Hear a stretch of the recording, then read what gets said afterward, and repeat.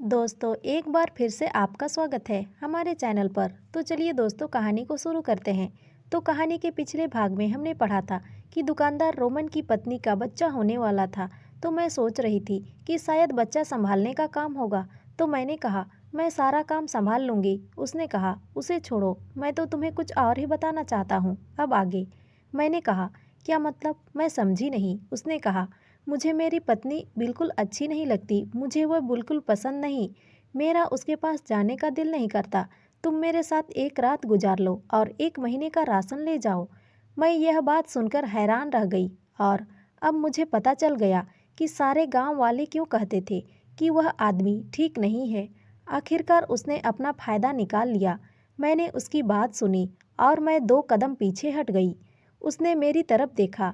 मेरे चेहरे पर हैरानी थी। उसने कहा, क्यों, क्या हो गया? मैंने कोई अजीब बात कर दी क्या?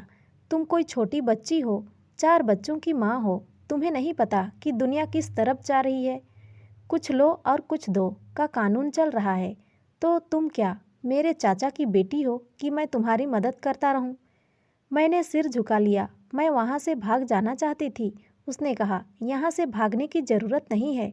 जो मैंने कहा है उसके बारे में सोचना, नहीं तो तुम्हारे ऊपर पूरे 30,000 बनते हैं। वह कल देकर जाना। मैं हैरान थी कि उसने एक एक चीज़ का हिसाब रखा हुआ था। हम कौन सा भरपेट खाते रहते थे। बस रोज़ थोड़ा थोड़ा आटा और दाल ही तो ले जाती थी, लेकिन 2-4 महीनों में 30,000 तो बनते ही थे। आजकल महंगाई जो इतनी हो गई थी। उसने कहा, रात को 12 बजे तुम्हारा इंतज़ार करूँगा। अगर आना हुआ तो आ जाना, नहीं तो पैसे देकर जाना। और अगर पैसे नहीं दिए तो पंचायत बुला लूँगा। सारे गांव वालों के सामने बुलाऊंगा तुम्हें। उनको भी पता चलेगा कि तुम मुझसे किस लिए पैसे लेकर जाती रही हो। तुमने यहाँ पर खाता खुलवाया था। तुम्हारा पति भी ऐसा करता था, लेकिन वह पैसे देता था।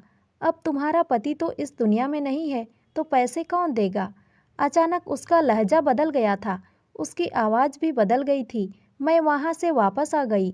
आसमान की तरफ देख रही थी कि अब क्या होगा। मेरी कोई मदद भी नहीं करेगा।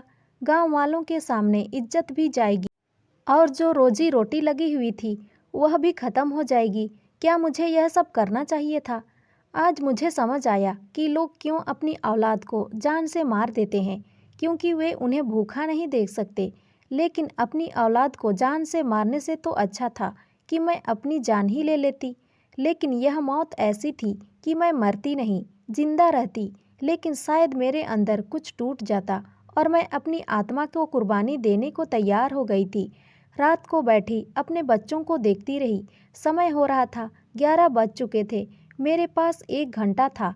मैंने वह सारी चीज़ें उठाई जो उसने मुझे दी थी, जिनसे मैंने खुद को तैयार किया, और अब मैं उसके घर की तरफ रवाना हो चुकी थी। अगर मुझे इस वक्त कोई देख लेता तो मुंह पर हाथ रख के रह जाता कि उसने कैसे कपड़े पहन रखे हैं। फिलहाल तो मैंने खुद पर चादर डाली हुई थी। मैं अंधेरे में चलती जा रही थी।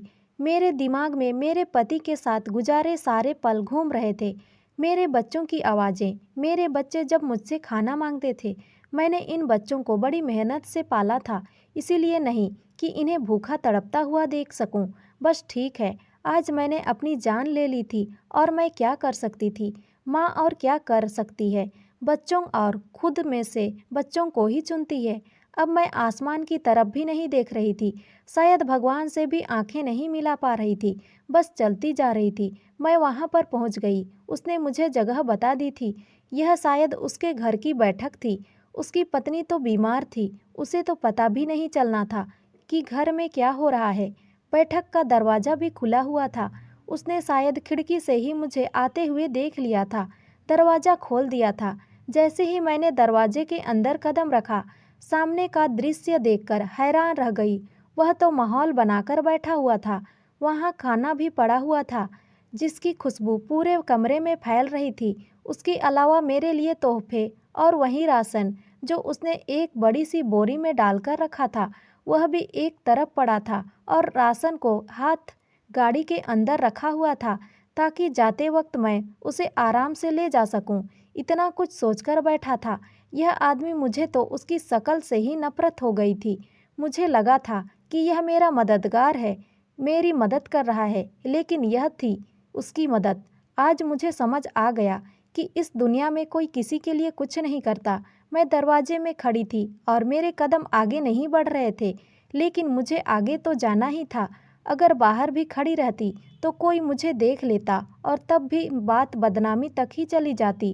खैर, मैंने दरवाजे से कदम अंदर रखा ही था कि सामने का दृश्य देखकर हैरान रह गई।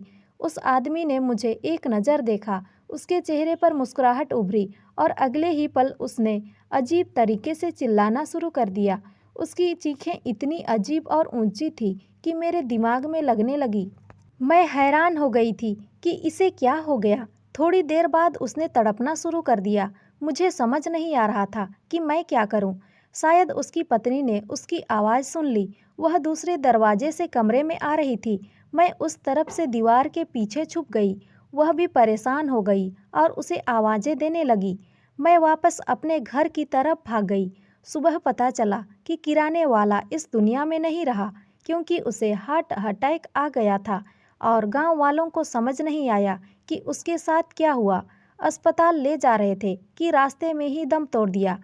मैं जो ऊपर यह सोचकर नहीं देख रही थी कि मैं एक बड़ा गुनाह करने जा रही हूँ, और बहुत मायूस थी।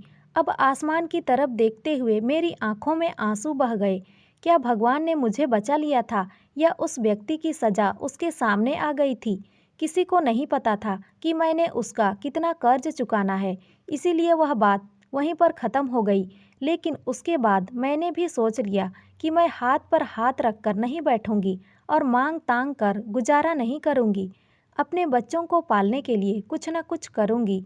मैंने अपनी सहेली से संपर्क किया और उसने कहा कि वह मेरे बच्चों को 3-4 घंटे अपने घर में रख लिया करे। उसे इस काम के पैसे महीने में कुछ पैसे दिया करूंगी और खुद मैंने मजदूरी करने जाना शुरू कर दिया। धीरे धीरे मुझे मेहनत की आदत पड़ गई। पैसे कम मिलते थे, गुजारा अच्छे से नहीं होता था, लेकिन यह पैसे अपने थे, किसी से मांगे हुए नहीं थे।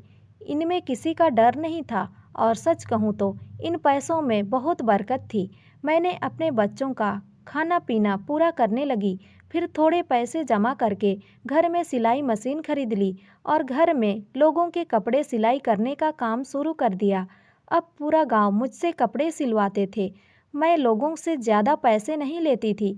फिर धीरे धीरे मैंने पैसे भी बढ़ाने शुरू कर दिए और मैंने 2 और औरतों को भी साथ रख लिया। इस बात को 4 साल हो गए। बच्चे भी थोड़े बड़े हो गए, वे भी मेरी मदद करते थे। मैंने अपनी ज़िंदगी का बहुत बड़ा सबक सीखा था। पता नहीं किसकी दुआ थी या मेरी कोई अच्छाई जो मेरे सामने आई और मेरी इज्जत और जान दोनों बच गई। लेकिन अब मैं अपने पैरों पर खड़ी हूँ और मुझे इस बात की बहुत खुशी है। मेरे लिए यह हादसा होना बहुत ज़रूरी था, क्योंकि मेरी हड्डियों में पाप बैठता जा रहा था। मुझे मांग कर खाने की आदत हो गई थी, लेकिन भगवान ने मुझे इस हादसे से गुजारा ताकि मैं समझ सकूं कि मुझे क्या करना है, और वाकई मैंने सबक सीख लिया है। यह दुनिया बहुत बड़ी और बुरी है।